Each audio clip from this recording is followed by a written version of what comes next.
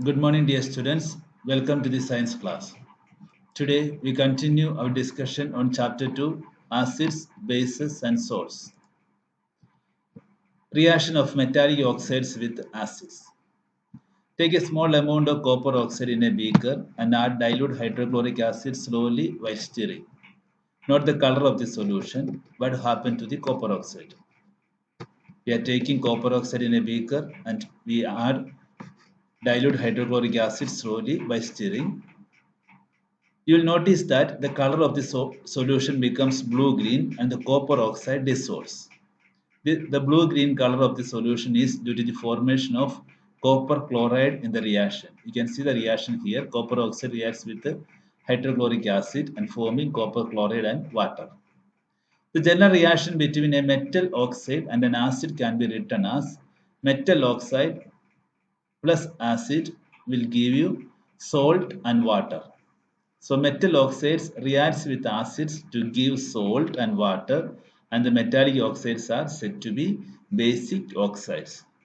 The metallic oxides are basic oxides. Now let us see the reaction of a non-metallic oxide with base. Non-metallic oxides react with bases to give salts and water. For example, calcium oxide, it's a base, reacts with carbon dioxide and produces salt, calcium carbonate, and water.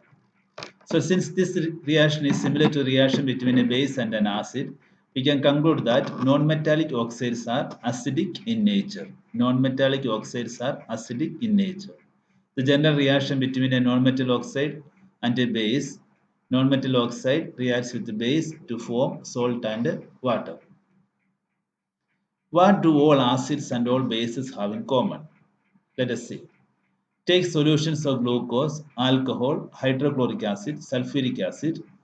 We have taken solutions of glucose, alcohol, hydrochloric acid, and sulfuric acid. Fix two nails on a cork. Here you can see we have taken two nails and it is fixed on a cork and place the cork in a 100 ml beaker. Connect these two nails of the Connect these two nails to the two terminals of a 6-volt battery through a bulb and a switch. This bulb, this switch. We have taken two nails and these two nails are fixed on a cork and this cork is placed in a 100 ml beaker. That connect the nails to the two terminals of a 6-volt battery through a bulb and a switch. Now pour some dilute hydrochloric acid in the beaker and switch the current. Then afterwards repeat with dilute sulfuric acid, then with glucose and with alcohol solutions. What do you observe now? Does the bulb glows in all cases? Let us see what happens. The bulb will start glowing in the case of acids. Means in the case of dilute sulfuric acid and hydrochloric acids, the bulb will start glowing. But you will observe that glucose and alcohol solutions do not conduct electricity. The bulb will not glow. Glowing of the bulb indicates that there is a flow of electric current through the solution. The electric current is carried through the solution by ions, and since the cation present in acid is H plus ion, and this suggests that acids produce hydrogen ions in solution which are responsible for their acidic properties. So H plus ions are responsible for the acidic properties. What happens to an acid or a base in a water solution? Here we are taking 1 gram of solid sodium chloride in a clean and dry test tube and add some concentrated sulfuric acid to this test tube containing sodium chloride. What do you observe? Is there a gas coming out of the delivery tube? Test the gas evolved successively with dry and wet blue litmus paper.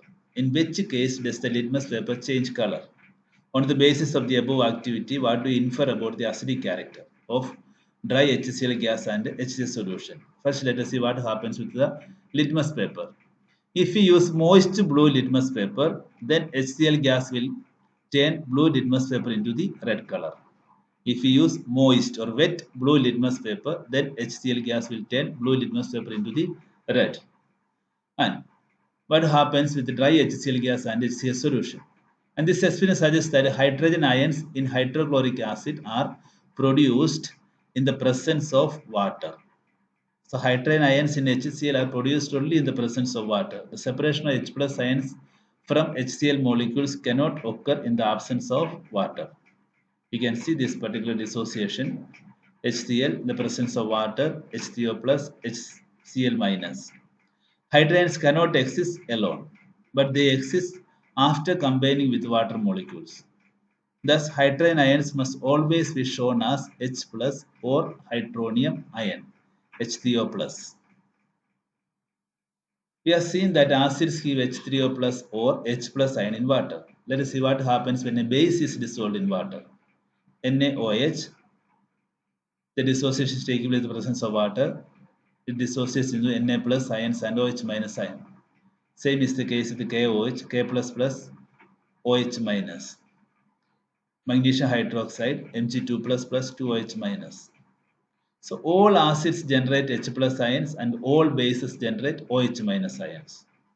So we can view the neutralization reaction as follows. Acid plus base will give you salt plus water. Acid when reacts with base will give salt and water. This general formula HX plus M OH give you Mx plus HOH.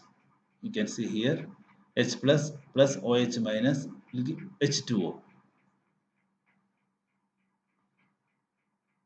Let's see what is involved when water is mixed with an acid or a base.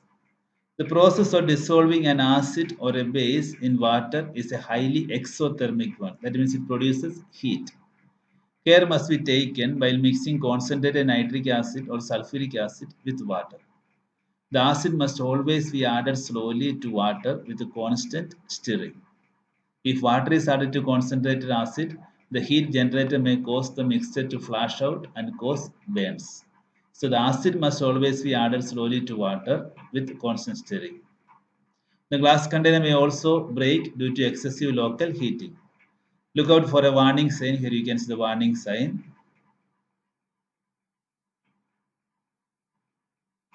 on the can of concentrated sulfuric acid and on the bottle of sodium hydroxide pellets. Mixing an acid or base with water results in decrease in the concentration of ions. That means H3O plus ion or OH minus ion per unit volume. So mixing an acid or base with water results in decrease in the concentration of ions per unit volume. Such a process is called dilution and the acid or the base is said to be diluted. Dear students, this is all for today's class. Hope you all have understood it.